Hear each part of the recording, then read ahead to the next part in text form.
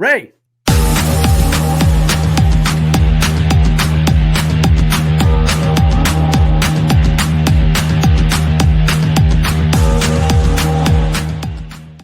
Good morning, good afternoon, good evening, everybody, wherever you are. We hope it is good. Welcome to another edition of Geeks Who Like Sports. We are back after a 1-week hiatus. As always, I am Ray Carsillo in already 90 degrees out California. Join my best friend in the entire world over in Philadelphia, Pennsylvania, Elias. Lee, how are you doing today? Springtime for Philly and Pennsylvania. It's from a musical, if you know what I'm doing. The alternate lyrics are not good. Ray, I'm doing well because I needed a break. Naturally, I would take a week off to go coach at a highly publicized event with high-level hockey players in which gold medals are on the line to relax. Yes. And I did. I'm coming back quite relaxed. Nice. How'd that go for you, by the way? I'm not normal, Ray. I'm not normal. I'm not a normal person to do. We know that. We know that. Thank you. It went really well. Our men won gold. Our women won silver. Both got to the gold medal game. It really did Puerto Rico proud. I was told actually not too long ago, a few hours ago, that the governor of Puerto Rico gave like a proclamation today for the teams on the island. It's been all over the news down there. Wow. It's really cool. A kid sent us, a kid that I know, created Puerto Rico Boricuas in NHL 25, sent that to the team. The events are great and they're special when you're there, but when you really start to see the echoes and the reverberations of how this spreads afterwards, you're really impacting a whole people. It's pretty cool. So again, that's how I choose to relax, not a beach on who'd want to do that. Right. But I'm back. I'm glad we're back because it's like, a week off. It takes you out of the cadence, takes you out of rhythm. Yes. You got to get back to the show. Yes. Show must go on. The show must go on, and we must get back into a rhythm for sure. Not a lot of geek stuff going on, although that will change in the next couple of weeks. We're expecting a lot of stuff from both Microsoft and Nintendo. Announcements upon the horizon. Stay tuned for those. But as of right now, it's mostly been a big sports couple of weeks. Yeah. I'm going to kick things off with baseball. Yeah. It is baseball season. Opening it's day. Coming. It's almost there. 48 hours away from opening day. And of course, the true opening day, the true opening day. I was just about to say the other opening day that took place, of course, in the Tokyo series. The Cubs and Dodgers played a pair of games over in Tokyo, which, of course, we've talked about on the show about how great it is that they're trying to grow the game internationally, and of course, all the partnerships with Pokemon and Demon Slayer and things of that nature. They did a great job. Yeah, it was really exciting. Phenomenal job. I love the Tokyo Dome does such a phenomenal presentation for baseball. The amazing video game like replays they had, and then of course the Dodgers then destroyed the Cubs in both games, and they're now 2-0 to no one's surprise. But no, just overall a fantastic event for baseball. But we are looking forward to the real opening day. Lee, first of all, what are your thoughts on the Tokyo series, and then what are your thoughts on opening day? How do you think your Phillies are going to do this year? Yeah, well, the Tokyo series, first off, was great. I mean, just beautifully done. There's nothing negative about it. It was very positive. I think everybody could come together around it. The Pokemon Open was really special. I mean, they know their audience. So great job by Tokyo, really celebrating the game of baseball. And I'm all for anything making the game more worldly. Phillies, buddy, I'm very excited for this season. The thing that excites me is that, we were at a kind of a crossroads at the end of last season of do we keep people, do we send people away? And our GM has decided that we're going to give these guys one more chance. Very few lineup changes. They're a very good team. Most of the guys like Schwarber, a lot of guys in contract years. So this is the last dance for that team. And I think they know that. And I think that's a pretty powerful motivator. I think they're going to do quite well. I mean, obviously the Braves are always there. And now the Mets are this kind of wild card, in my opinion. Mets fans will say, "Oh, we're ready. We're going to win the division." Hey, calm down. Settle down, guys. Until I see that, if your one-player solution doesn't typically work. So, and I know you've got other players, but you're just being such Mets fans about this. So I like the Phillies' chances. They're back to being underdogs. That's exactly where they thrive. Yeah. No, exactly I think your Phillies are in a good spot. I mean, I think it's a two-team race still in the National League East. Because the Mets don't have any pitching. I think it's the Braves. Isn't you guys that and the Braves. Funny how that was important? What a concept! We've got right. It's why we look at everybody ragging on the Yankees. Oh, you lost Garrett Cole, but that's why we had signed a whole other ace in the offseason called named Max Fried. Now, obviously, look, injuries could happen. Injuries have happened. That's a huge hit for the Yankees, but you're right. Yes. You have other pitchers, right? And Atlanta was so hurt last year. So, look, in the Mets, unless you win 10-9 every game. All right. Well, we'll see. We'll see. We will see. Again, that Soto signing was not for this year. This is where I think fans get, oh, we're going to win right away. Like, no, that's a 10-year window now. Okay. Yes. You got to build that team back up. All right. 100%. So we'll see what happens. Yeah. I mean, you let one of your best pitchers go to the Athletics of all teams. You let another one of your good pitchers, I think Quintana went to the Brewers, I believe. And then you only brought back one of the pitchers you had last year. You're hoping for some untested guys. You're trying to convert a reliever into a starter. And look, maybe all these experiments work, Met fans. Maybe they do. It's possible. But, boy, you have some really overinflated expectations, thinking if everything goes right, we'll win it all. And that's basically every team in baseball except for maybe the White Sox and the Athletics. So. Yeah. At least the White Sox are doing stuff. I don't know if you saw they brought that the baseball back to the field or something, back to the stadium. Apparently there's a cursed baseball. Yeah. And the guy who owns it brought it back to the stadium to try and remove the curse. Yes, and what happened? You know what happened immediately after? 5 of their pitchers need Tommy John surgery now. That's a fact. The White Sox lost 5 of their pitchers and an outfielder to Tommy John for the entire year, so they are already depleted a quarter of what was going to be their opening day roster. So maybe next year, White Sox fans, just keep on working towards. Actually, the White Sox do have a lot of good scratching. Yeah, they have a lot of good pitching prospects, but them too. They're probably several years away from even being competitive, but we'll see. Speaking of baseball, also the Tampa Bay Rays, who are going to be playing at George Steinbrenner Field this year because the hurricane destroyed the Trop, of course, in the offseason, which, of course, was terrible to see, of course, even though that stadium was a dump. And actually, Mother Nature did us a favor. But now, of course, the terrible ownership group down there, Lee, is kind of all over the place. They don't know if they're going to stay in Tampa. They're saying they don't want a new stadium now. Maybe they'll just renovate the old stadium. I'll be honest with you, Ray. I think they should move. It's not like Tampa Bay has been bringing in a lot of fans unless they're in the World Series. I mean, no. There's plenty of other cities. I mean, you know what would be funny is if this gets on Vegas's radar and then they fight with them in the A's. Fight with Athletics. There's also been talk about Nashville has been pushing very hard to get Nashville a baseball deserves team. Baseball. 100%. And to be fair, the Rays are the perfect team to move there. I mean, that's cost-wise and everything. So, but there's also been rumors about staying in state. There's now an ownership group. I think led by former Cincinnati Red Barry Larkin, if I remember that correctly, that they want to move into Orlando, right across the state. Yeah, I mean, look, you got to get out of Tampa. I mean, first off, Tampa is a hockey city now, number one. Yes. All right, first and hockey, it's hockey football. And it's football. Hockey football. Yeah, I'm not going to take away from the Bucks, but it hasn't worked. Baseball hasn't worked there. You got the Marlins. It's not working there either.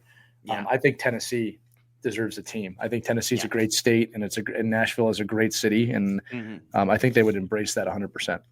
Yeah, I think that there are plenty of other cities out there. It might be time to move baseball out of Florida, right? You've got Charlotte, you've got Nashville, you've got Portland, you've got several cities that would love. I mean, who knows? Maybe even Salt Lake now with now that they have, Utah obviously has hockey to go along with basketball. There are more viable options, and it is obvious that Florida does not want to support baseball for either. I mean, to be fair, the ownership groups for both Tampa and Miami are awful. And honestly, if Rob Manfred had any kind of a spine, he would push the other owners to push them to sell because both ownership groups in the Florida teams are just awful. But no, it hasn't worked. It hasn't worked. That's the other thing too. I mean, they're hanging on to the Marlins World Series from how long ago? In 2003. Yeah, that's a minute ago. Yeah, it's been a while, and they haven't really been competitive since. Right? They thought they did what they did. They blew it up in 97. 6 years later, they were competitive again. They thought that was going to work again, and it hasn't. It hasn't. And the game changed, and unfortunately, a lot of team strategies hasn't. To be fair, same problem with the Yankees. Yankee strategy needs to change too, in my opinion. I mean, but not evolving, you're dying. Yeah, exactly. And I think the Rays are dying. So, one more fun baseball story, Lee. We're going to cut to a few minutes ago. Lee's live reaction as we were watching, because I wanted to make sure. I'm like, Lee, have you seen the Chesapeake Bay Sox alternate logo? This is building on something that's been going around in AA ball for a while now. We talked about last year when the Somerset Patriots became the Jersey Diners, which of course was very fun. And the Chesapeake Bay Sox were like, we're going to call ourselves the Oyster Catchers on certain nights of the season. And I guess we can cut to a graphic. I mean, can we use this graphic? I don't even know if we can use this graphic, but sure we can. It's a podcast. It is for the video version, the Chesapeake Bay Sox, the oyster catchers. It doesn't look like and it doesn't look like an oyster. Watch this. Oh God. Listen to this. Listen to this article title. Yep. Chesapeake Bay Sox alternate logo leads to powerful climax. Yep. Right, that's a clitoris. That is a mighty big clitoris, and that is a vagina. I'm gonna say it. And everybody's saying that's a vagina. That's what it is. Yep. Nobody's how would they know? No one's gonna know. Yeah. How would they know? How would they know? How would they know? Everybody knows. Everybody knows. Hey, good on them. All right, you want to get some attention? That's how you do it. Yes, very unintentionally. And I will say that they have made the best out of a bad situation. They are now saying that a portion of proceeds from every game where they are the oyster catchers will actually go to cervical cancer research. Okay, so they do know what they're doing. That's very good. Well, I don't think they knew what they were doing at first, but I think they figured it out when they were like, oh. The internet had a field day with this because nobody expects the Chesapeake Bay. Nobody expects the Chesapeake Bay. It went horribly, horribly wrong. It went horribly right. What are you talking about? That's exactly what you would want if you're a minor. Like, you know, people are going to need that jersey. What'd you do? Let's put a clam in a glove. Yes, Daddy, with a giant baseball positioned at the top of the clam. It's perfect. It's perfectly done. Minor league baseball. Minor league baseball in America. I just hope they didn't get a new mascot uniform for that giant clam just walking around the baseball field. We can call it Jeremy the Clam. That's his nickname. There we go. The Clam. The Clam.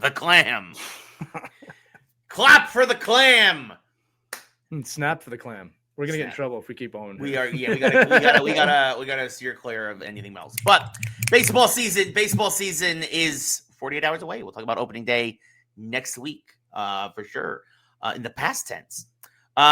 Speaking of the past tense, big weekend for college basketball. March Madness is upon us. The Sweet 16. I was in Vegas for the start of it.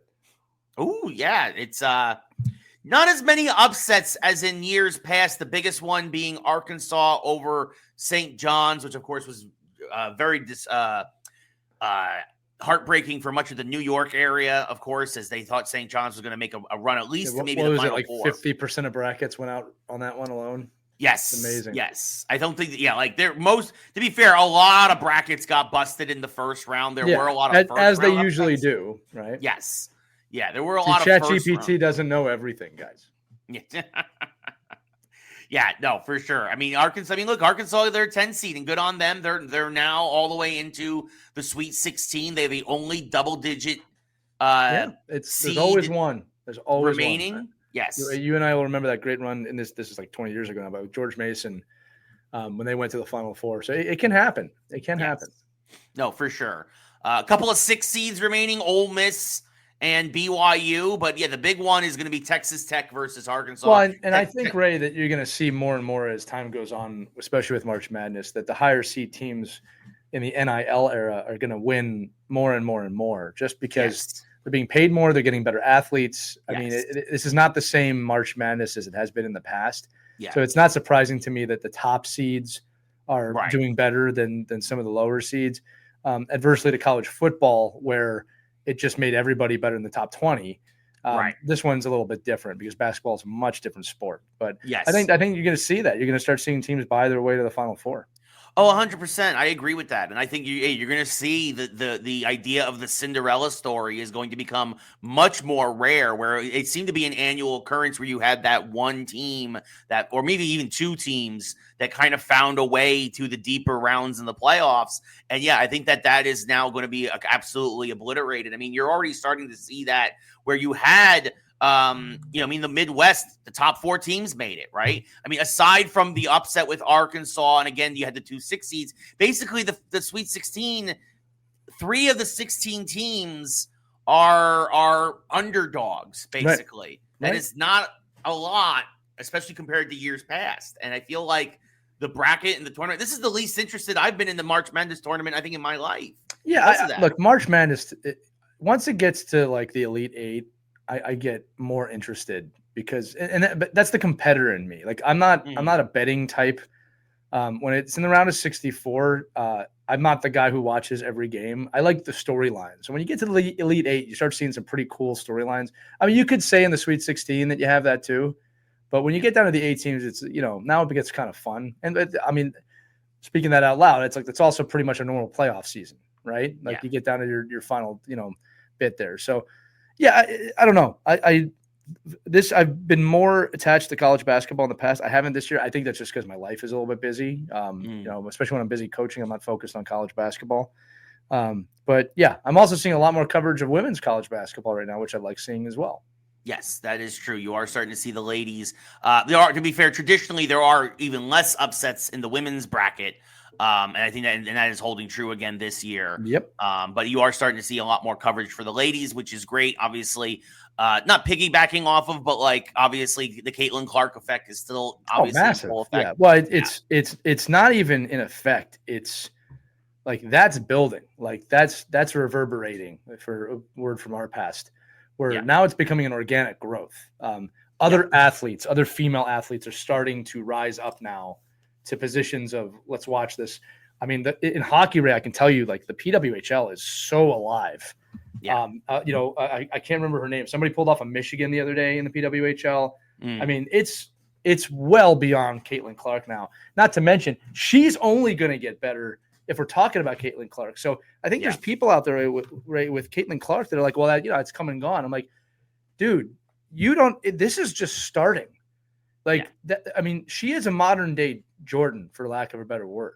All right. Now it's like, here's the cool part about Caitlin Clark, right? I think the wow of it is gone. But now it's like legit sports talk. Can she win a WNBA championship? Yeah. Can she make Team USA? She should have been on Team USA. She should have been on Team USA. Can she, get over the hump? And like, that's real sports talk. It's not like, oh, this woman is changing the landscape. It's like, no, can she win a championship? That's exactly the talk you hear about men's sports. So like the conversation is even evolving, which I love. Yes. All right. No, 100%. And now my interest in women's sports has always been there, but now, it's been tripled with my new coaching appointment.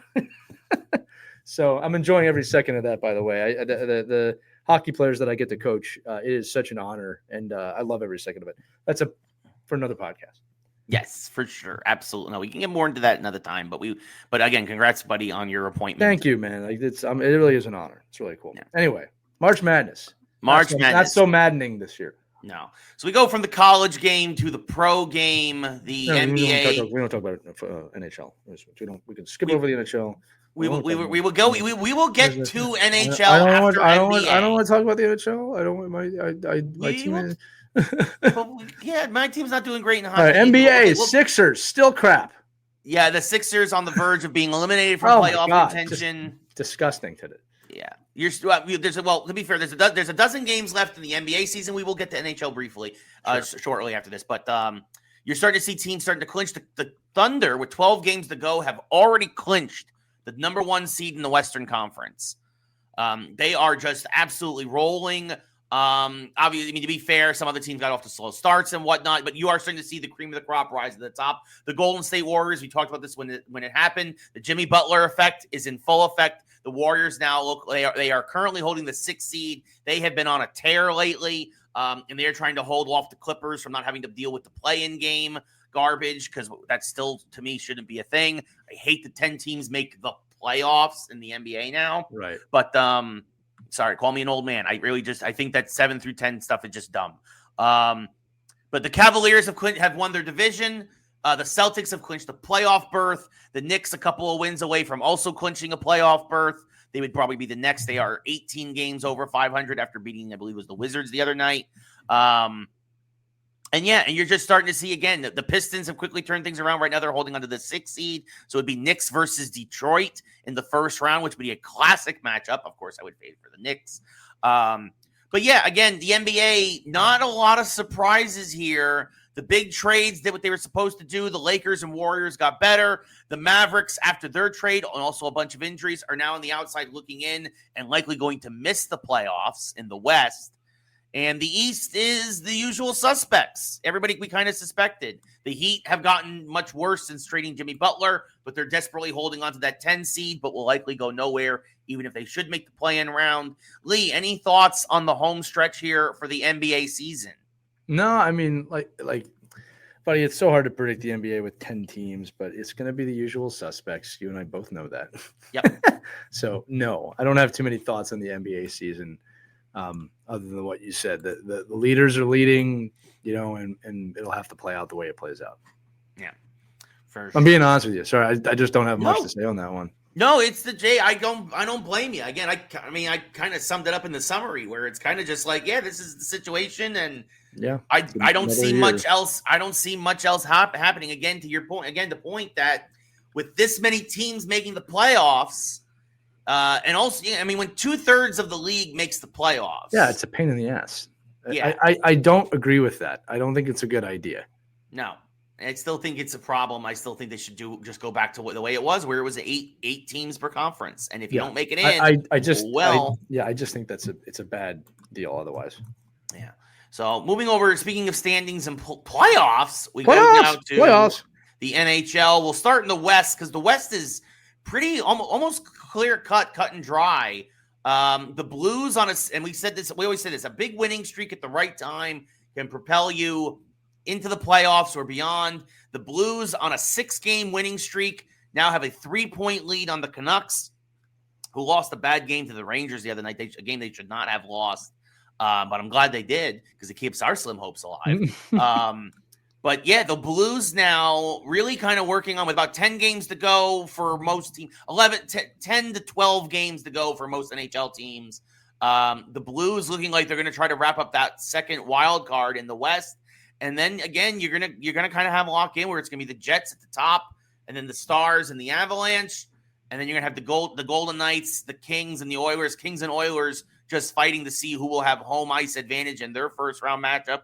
And then right now it looks like the Wild and Blues. Not to say that the Flames, the hockey club, the Flames or Canucks can't also maybe go on a run and catch the Blues, but they're running out of time fast, Lee. Yeah, well, and that's what this time of year is all about. I mean, like the last 10 games of the season, dude, are so important. I mean, you can go up, you can go down, as we're finding out in the East right now as it starts to spread out a little bit. But yeah, look, when you look to the West, I mean, again, it's the playoff teams are not as spread out, but the teams that are going to be in are all very good. Again, you can never predict the winner in hockey. You just can't do it like you do in basketball, even baseball, for that matter. So I like the teams in the West. I like the teams that are getting in. That should actually be a really good playoff to watch as the Western Conference. Yeah, well, and that's the thing, right? Like if the playoffs started now, look, on paper, yes, the Jets should beat the Blues. But you don't know. But you don't know. Yeah. The Blues could absolutely beat the Jets. Well, again, the way Bennington played in the Four Nations face-off, if he decides to show up like that, yeah, who knows what's going to happen. I mean, really. and Hellebuck and the Jets have a history of choking in the playoffs. Yeah, and not to mention, it's not like the Colorado Avalanche and the Edmonton Oilers or the Golden Knights are going to like roll over here. I mean, these are teams that are hungry. You think Edmonton's quietly just doing well this year? You think they're not ready to go back? Yeah, you just don't know. They got off to a slow start. What was it, like 0-4 when they? Yeah, it wasn't crazy, but it wasn't like last year. But it's like they're humming in, and like I said, like look, your wild card teams, Minnesota and St. Louis. I'd say maybe, but like the 6 teams above that are just dying. I mean, they're good. Yeah, I mean they're really good.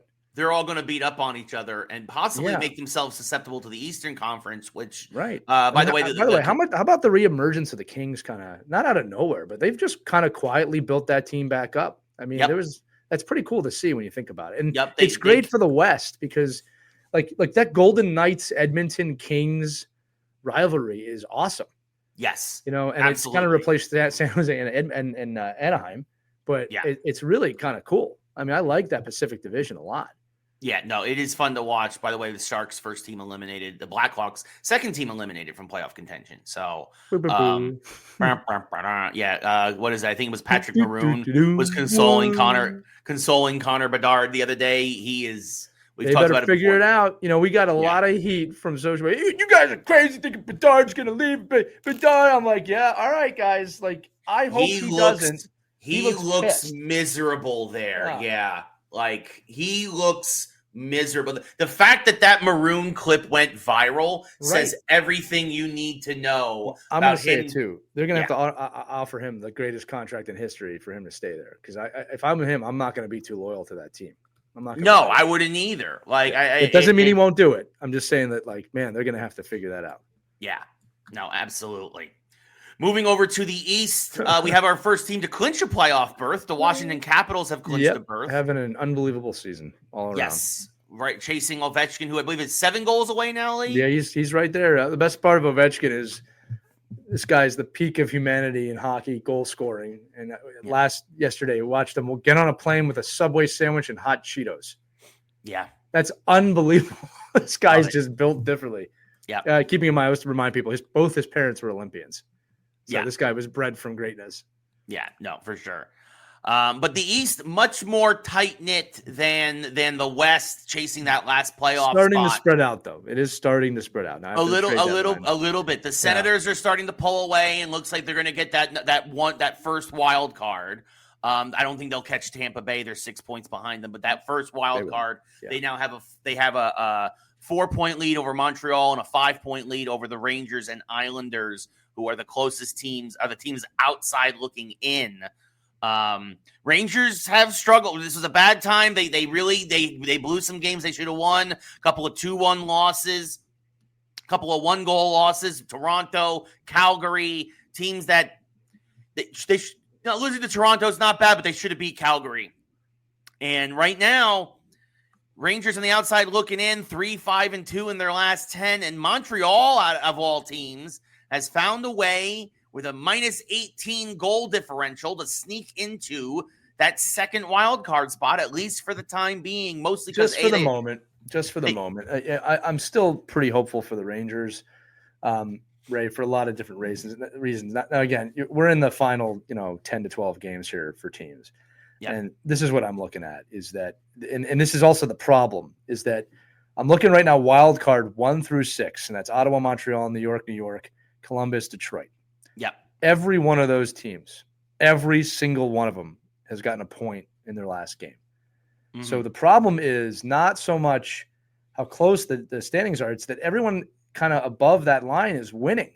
Yeah. So it's really, people, if you go on a streak, well, if everyone's getting points, that's a problem. Now, the stat that does stand out to me is that New York has the best differential amongst actually all those teams except Ottawa with actually a 0. So they've scored as many goals as they let up. Yeah. If that continues, depending on the schedule, it should be in their favor from a goaltending standpoint. Okay. Right. Now, this is a super tight race. Unfortunately, the Rangers have one game played more than everybody else. Yeah. But we will see. I mean, like, a lot of this is just going to come down to the schedule. Like I said, I can tell you right now, Boston, Pittsburgh, Philly, Buffalo, out. After the trade deadline, completely out. Yeah. Detroit's kind of holding on for dear life, but they're in the race. And again, Columbus, New York, and the Islanders are really just 1-2 points out of that spot. Yeah. So this is going to come down to the last few games. And then the head-to-head games against each other is everything now. Yes, which the Rangers fortunately do have a lot of those tiebreakers, especially between Columbus and the Islanders and the Red Wings. But the Rangers now on a very tough road trip. They're on the West Coast. They take on the Kings tonight, who we just mentioned. Very good team. Not to say the Rangers can't beat them, but if the Rangers play to the top of their game, if Shesterkin's on his game, then yes, the Rangers can obviously get the points that they need to get. You have to earn your way in, and that's how it's supposed to be. Yeah. Right. If you can't earn your way in, you don't deserve to be there. Yeah. The crazy thing is the funny thing is the Rangers have actually been better on the road this year than at Madison Square Garden, which is very unusual for them and any team in general, but particularly for the Rangers. Right. And I don't know why that is, but it's going to be interesting to see down the stretch. Again, Rangers, like you said, Rangers have played more games than everybody else, a point back of Montreal. But depending on who they play and how they play down the stretch, what was it? Detroit was in that spot, and then they lost 6 in a row. Yeah, you can't do that. Yeah, and that's why they slipped from that, second wild card, now down behind 4 other teams for it with 72 points. Not to say they can't get, like you said, did win their last game, so it's not like they can't turn it around. But much like with the Blues winning 6 in a row, a streak like that can really catapult you one way. You have to be hot right now. It's that simple. You cannot cool off at this time of the season. The team that gets hot and goes 8-2 is going to probably be in the playoffs. All right. Yeah. So we will see what happens. But it looks like the Senators are starting to rise up and probably going to take that number 1 wild card seed. They would take on the Panthers in the first round. And that would be interesting. So yeah. Well, and again, it's also going to come down to good goaltending. And it's funny because after the trade deadline, my Flyers have just completely tanked horribly. To be expected. We traded a good chunk of our offense away. But if there was any question of rebuild, this is what I'm excited about. We have 6 first-round picks over the next 2 years. That's a lot. 6.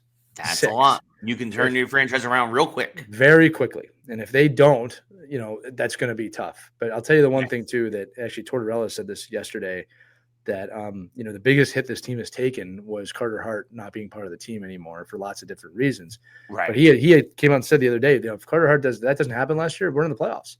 Yeah, 100%. Our goaltending, he's like, I love our goalies, but they're just not – we don't have strong goaltending. No, Carter Hart was a talent that made a terrible decision one day in his life. And and amongst other men with him. So, yes. It's just it's a shame. But like the Flyers, again, when you have 6, that's a lot. 6 first-round picks in 3 years. Yep. I said 2 years. I meant 3 years. Excuse me. Yeah. But still, if half of those hit, if two of them hit, and not to mention, it's not like we don't have nothing in the pipeline. So, right. Michkov was the story of this season for the Flyers. You have a certified superstar in your lineup. Now you build around him, get a goalie, and for Pete's sake, would you please win the Stanley Cup just once in my life? I waited 27 years for my first championship. I'm in my 40s now. Like I'm that guy. I'm that guy. I'm the middle-aged sports fan whose team has never won anything. I'm that guy. Oh my God, this just happened. This is a real realization. Yeah. Can you please go to football before I have a Yes. It's better waters for me in football. Yeah. Speaking of superstars. Yes. The New York Giants. Oh boy. Have signed. Well, to be fair, this is who I wanted. If we were going to have a transitional quarterback, I didn't want the cancer that is Aaron Rodgers. Yeah. You're going to draft Shedeur Sanders.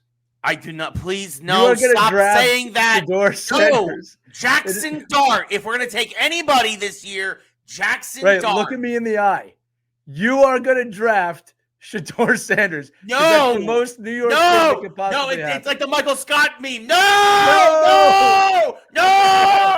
Now, Ray, you got Winston. This very seems happy. like, oh, Ray, this is funny. Something has just appeared next to my desk. Ray, look!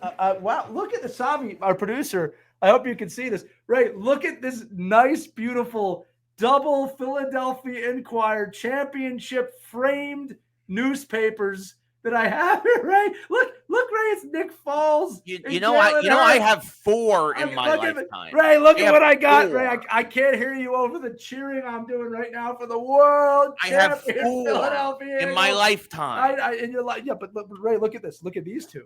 Look at these two. These are my. I see those two. I got Philadelphia Inquirer covers. Ray, I'm not gonna lie to you.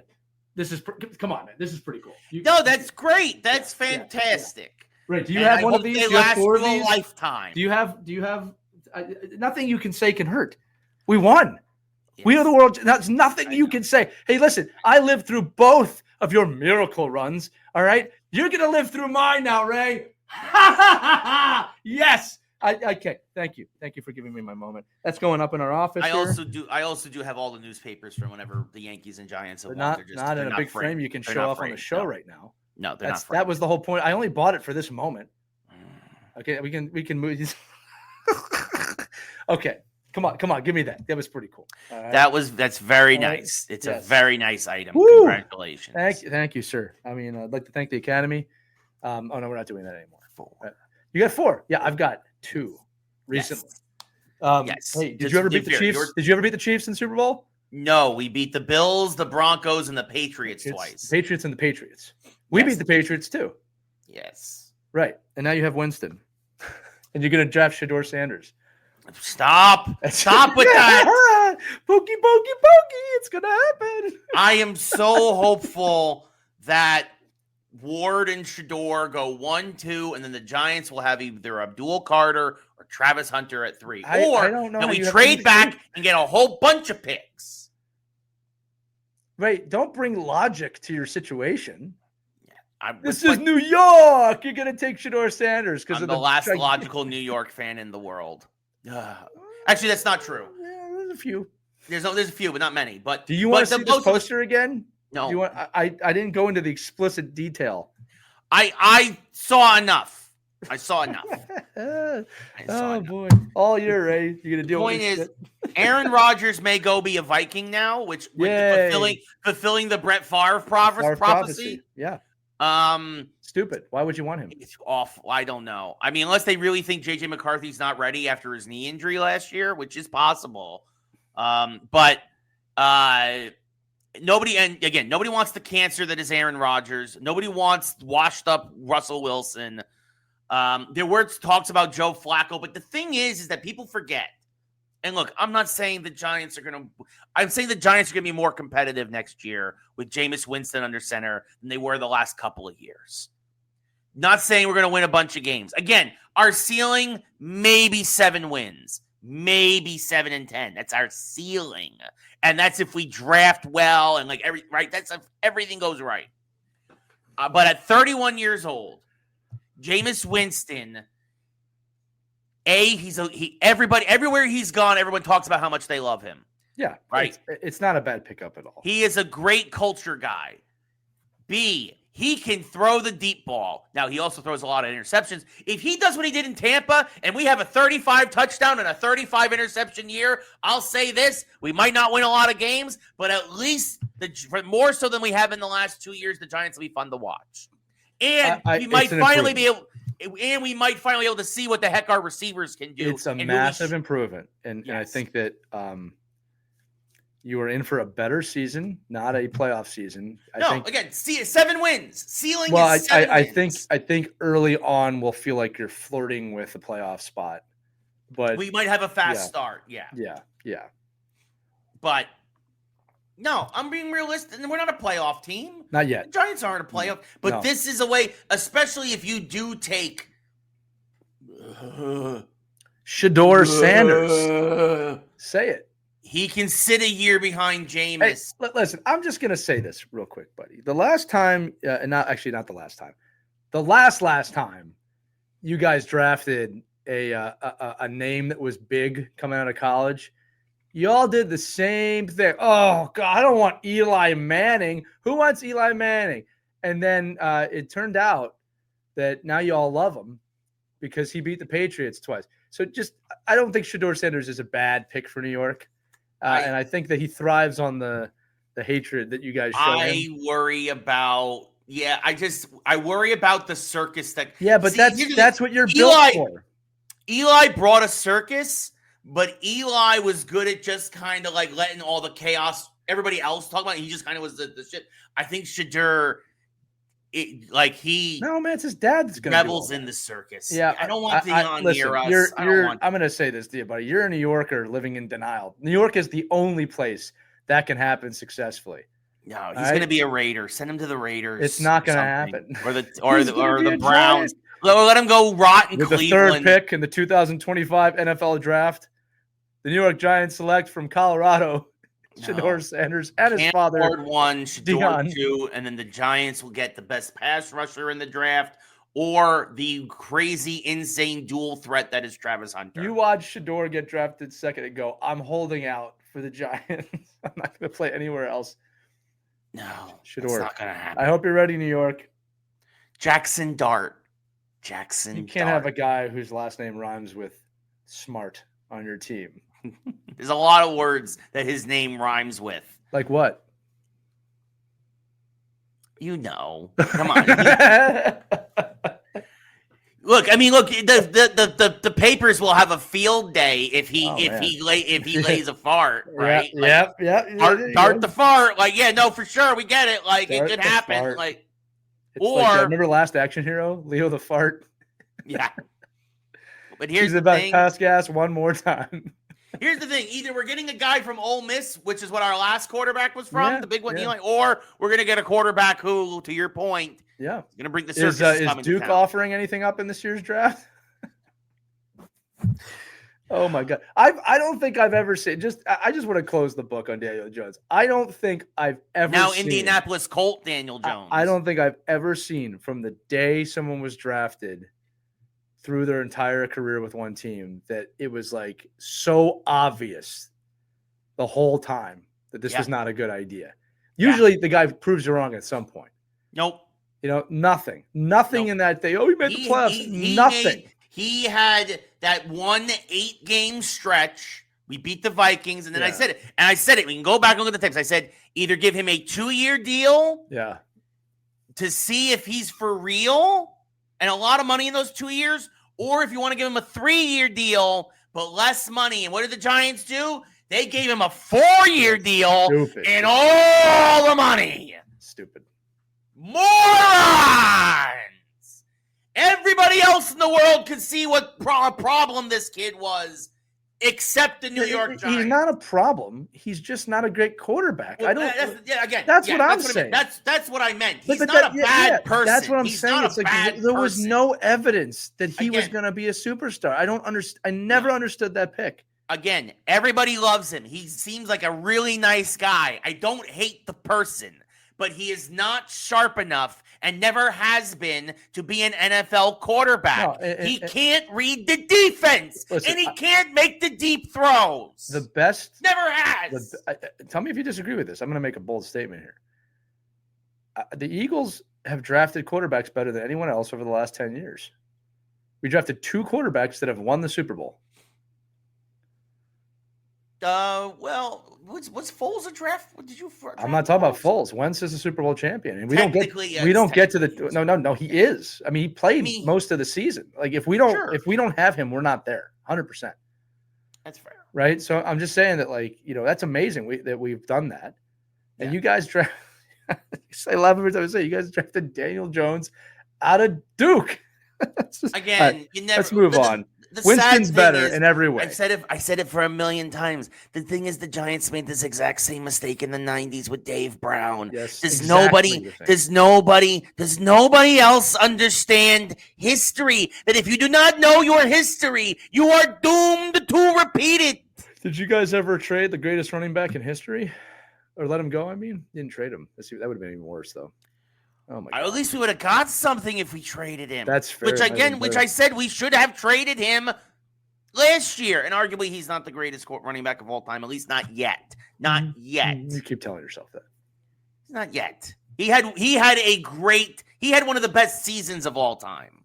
There's no denying that. Do you want me to show you the newspapers? There's not denying that. But do you want to see the newspapers again? To anoint him beyond Barry and beyond Emmett. He's the greatest running back that has ever existed. No, you're 100% right. He had the greatest season probably of all time. You could, yes, because he won the Super Bowl on top of the 2,000 yards rushing. You could say he had the greatest season. You could argue the greatest season. I think that's an easy one. He could have also had broken that record if he really wanted to. Yes. So I think that is, yes, a top 2 all-time season. You're right. He's got a ways to go before he's all. I'm just being fun. Right. For sure. Because again, that was the problem in New York, is that half the time he was hurt. If he stays healthy, no one's denying Saquon's talent. I just can't stop looking at these newspaper things, man. Moving on. Makes me smile every time. Happy that Jameis Winston's a Giant. On, by the way, a bargain contract, 2 years, $4 million a year. That is a great deal. Yeah, he'll be good. He'll be a good guy. I think he'll be very good for the Giants. And Tommy DeVito will back him up. Yes. It'll be chicken parm for everybody. Yeah, and that agent who felt the need to go on the field every time to be seen. What a schmuck. Anyway, keep going. We're on to the Geeks section. Yes, brief Geeks Ray, section. low price for this deal you're about to talk about. So Scopely, who of course specializes in mobile games, they do like Monopoly Go. You see all the commercials with Jason Momoa and whatnot on them. So Niantic did not buy all of Niantic. Niantic is still having their geolocation technology and their maps and whatnot. But their games division has been bought by Niantic for $3.5 billion. And of course, that includes Pokemon Go. Yeah. This is a big deal because now obviously Scopely is positioned themselves as one of the biggest mobile game developers now, probably in the world with this, just because of the acquisition of the Pokemon Go aspect. Which needed some new blood anyway. Yes. I mean, it's going to be interesting to see what happens with Pokemon Go going forward. And I mean, it just, look, I still play Pokemon Go. Yeah, I mean, the Pokemon Go team, everybody, it also includes Pokemon Pikmin Bloom, Monster Hunter Now, whole bunch of other stuff in this. But that is a lot of money for just the gaming portfolio of Niantic. But again, those are some big licenses. Those are some big brands, of course, and none bigger than Pokemon. We saw it in Japan. We're bringing it around full circle with the show. We talked about it with Tokyo earlier, like Pokemon Go, tying with Major League Baseball. Pokemon Go is still massive, folks. It's not as big as it was, but it's still pretty damn big. A lot of players, a lot of people. And again, 3.5 billion shows you the amount of money that's in that industry. Still, yes, even with everybody losing their jobs. But it's a big deal. And it's a big deal to show that Scopely is, a big international mobile game company, that they're legit and they're establishing themselves as a mobile powerhouse. Because, again, mobile games, a big chunk of the industry still. Big chunk. And growing. Yes, ever growing, absolutely. So we're going to be talking about consoles and all that other stuff in the next couple of weeks. Again, April 2nd is the big Nintendo reveal for the Switch 2 in terms of the price, the games, the launch date. At least that's what we're expecting. And then Microsoft's going to be announcing some stuff shortly as well, as they're having. By the way, Microsoft having a terrific spring. Yeah. By the way, Sony's big thing. Microsoft games finally coming over to Sony. That's their big thing. Indiana Jones that was on Microsoft 4 months ago. Finally coming over to PlayStation because, PlayStation needs games and they don't have any. So they're going to buy all the Microsoft ones. But yeah, it's a big time for games right now. This is a big deal. This is a big deal in the industry. So yeah, it's a lot of money. So we'll see what they do. A lot of money. 3.5 billion. With 3.5 million, I could retire. It's just million. You could do with less than that. Yeah.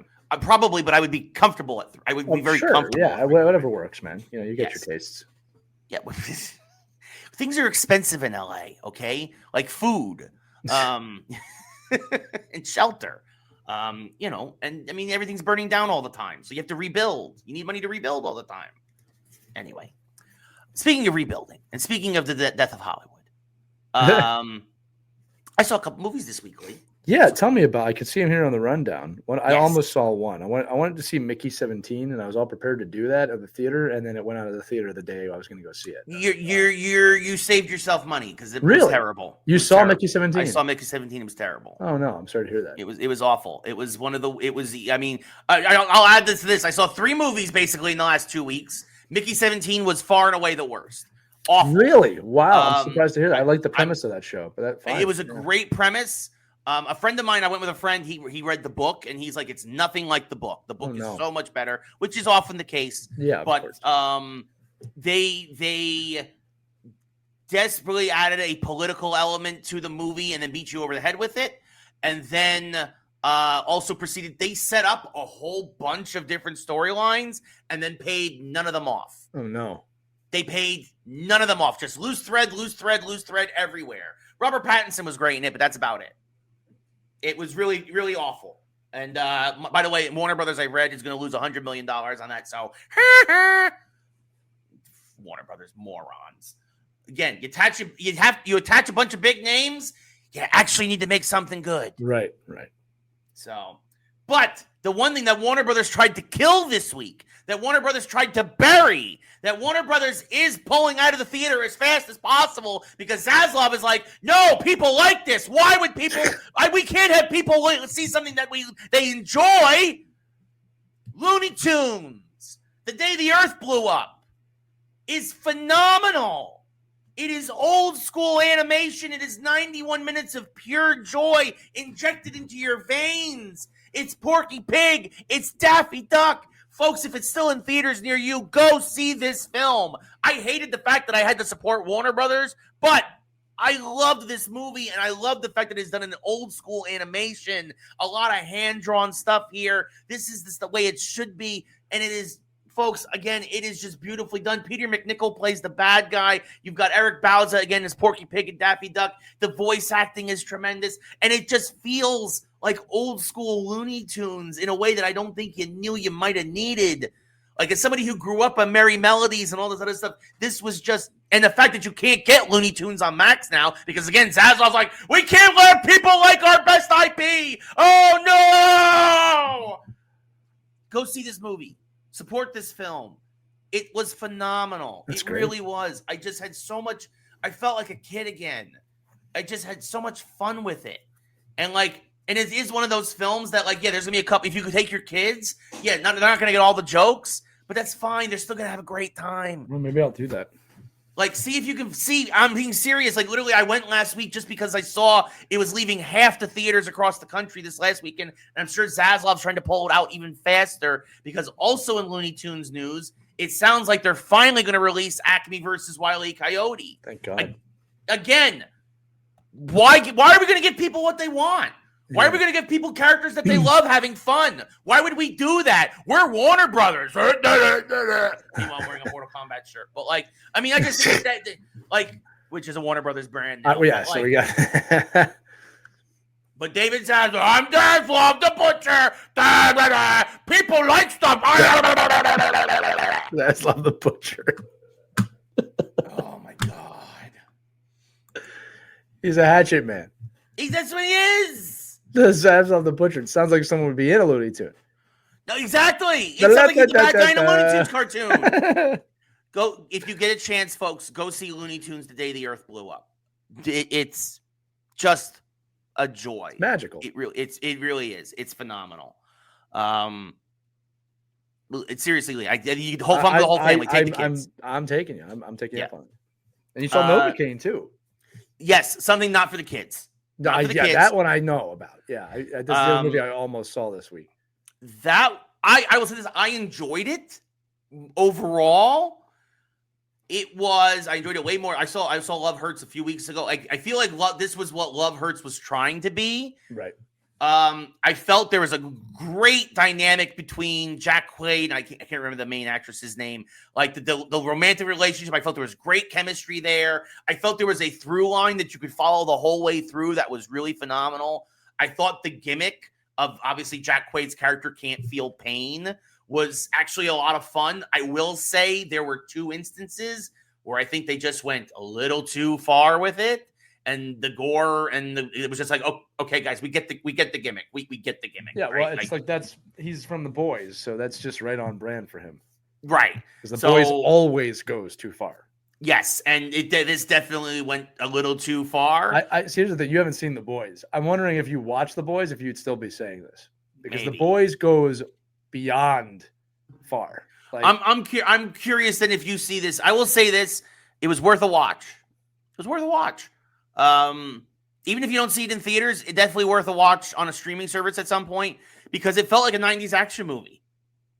Sure. I think it did a great job again with the through line. I think the action was well done. I thought the acting was solid. Again, it's not like, Martin Scorsese cinema, right? Like it's just popcorn. It's a good popcorn flick. Check your brain at the door. Have a good time. Solid film. Right. Solid. See Looney Tunes, then see Novocaine. Don't see Mickey 17. Okay, I'm going to trust you on that because I mean, we'll talk about it off the air. I'm guessing it was just the story got bloated and stupid. Yeah. Oh yeah. The story was very bloated and stupid. And I would take Looney Tunes over a lot of movies any day. So that's good news. Yeah. No, go see Looney Tunes, which was again a joy, and Novocaine was like surprisingly a lot of fun. Next on my movie list, I'm going to go see the Luckiest Man in America, which is about the 1984 Press Your Luck game show scandal. So that'll be like a drama, which I don't usually like, but I love game shows. So maybe I'll tell you what, on the geek side of things, right? We got some Star Wars coming. Star Wars season is among us, right? Andor season 2 coming out, which trailer looks really good. We got Vader in the last trailer. We've got a lot of great things. The Death Star. So that's clearly coming full circle now to Rogue One, which is good because we know how it ends. I have a feeling the middle part's going to be really good now. All right. So we'll see what happens with that. And then in other geek stuff, there's always something coming, right? Yeah, I mean, that's the thing, right? Is that we're talking about gaming season is also upon us, right? We're gonna get a lot of announcements from Nintendo. You also saw Ted Lasso season 4 has been greenlit and is filming. Yes, which sounds terrible, but we'll see. That's good for me. I mean, yes, you'll. I mean, you might enjoy it. I've heard they've already started recasting some people, and like, I just, sounds like this was. Can't something just end? Can it just end? I was content with the ending of that show. I understand why they're doing it and where they're going to be going. You're talking about Ted Lasso. Money? They want money? I think it's for Ted Lasso? Yeah. No, they left it open at the end of this series for where they're going. I can say that. And I think that, it's Apple's top show in their loss leader that is Apple TV Plus. Yeah. But I mean, the show was a joy, man. People are calling for it. And I actually think they can capture that magic again with the direction they're going. We'll see. I hope so. We'll see. Yeah, I never watched it. Again, I don't watch a ton of TV. I watch movies and video games. Ted Lasso is one of the best shows that's come out in the last decade. I can say that firmly, and I'm not the only one saying that. Yeah, no, that's fair. I mean, I've heard great things. It's okay. It's my job. I'd rather rewatch like all 36 seasons of The Simpsons or something. So, no, you wouldn't. But that's okay. I don't know. We'll see. You wouldn't. not all 36 seasons, but a lot of them. That's a lot. Yeah. Yeah, there is a lot there. That is a lot. Ha ha. Anyway, for Lee, I'm Ray. Wait, no, not the way it goes. No. I've heard it so many times. I know. You have heard it many, many times. Hey, best of luck to you out there in Geek Sports Land. We'll see this was episode 69. Nice, of our second season. Nice. Anyway. And the show, man. We got to go back to talking about clam baseball. Back after a 1-week hiatus. We're back. Anyway, for Lee, I am Ray, and this has been Geeks Who Like Sports. Good night, everybody. Ray, that glove and clam, that's a clitoris. Yeah. That's the joke. Yep. Comment below. It's a vagina and a clitoris. Yep. That's a clit.